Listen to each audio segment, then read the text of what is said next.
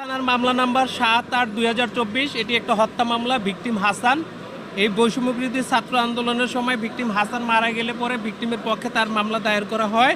সেই মামলা বিজ্ঞ আদালত থানায় এফআইআর হিসাবে গ্রহণ করার জন্য অনুমতি দেয়। সেই থানার মামলা নাম্বার হচ্ছে ৭/৮/২০২৪। সেই মামলায় আজকে আসামি গোলাম দস্তগীর গাজীকে সোনারেস্টের আবেদন করে এবং তাকে সোনারেস্ট দেখানো হয়। আসামি পক্ষে কোনো আইনজীবী উপস্থিত থাকলেও জামিনের কোনো আবেদন করেন নাই এবং বিজ্ঞ আদালত যেহেতু আজকেই তাকে সোনারেস্ট দেখাইছেন, সেজন্য রাষ্ট্রপক্ষ রিমান্ডের বা অন্য কোনো আবেদনের সুযোগ পান নাই।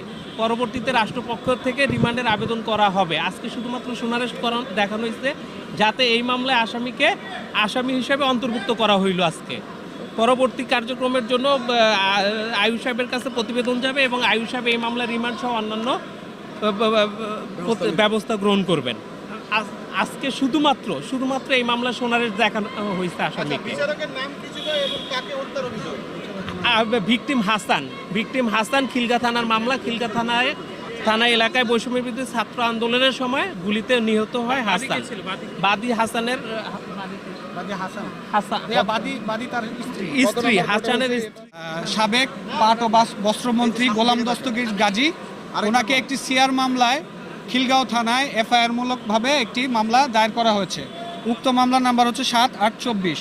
ওই মামলায় আজকে ওনাকে সোনারেস্ট দেখানো হয়েছে। আমরা কোনো জামিনের আবেদন করিনি। ওনাকে সিডব্লিউ মূলে জেল হাজতে প্রেরণ করা হয়েছে।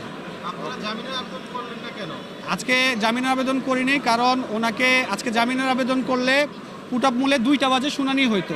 যেহেতু আমরা আজকে বিজ্ঞ আদালতের নিকট জামিন আশা করছি না, সেহেতু ওনাকে হয়রানি না করে আমরা সিডব্লিউ মূলে জেল হাজতে প্রেরণের জন্য সবাই এক সহমত পোষণ করছি।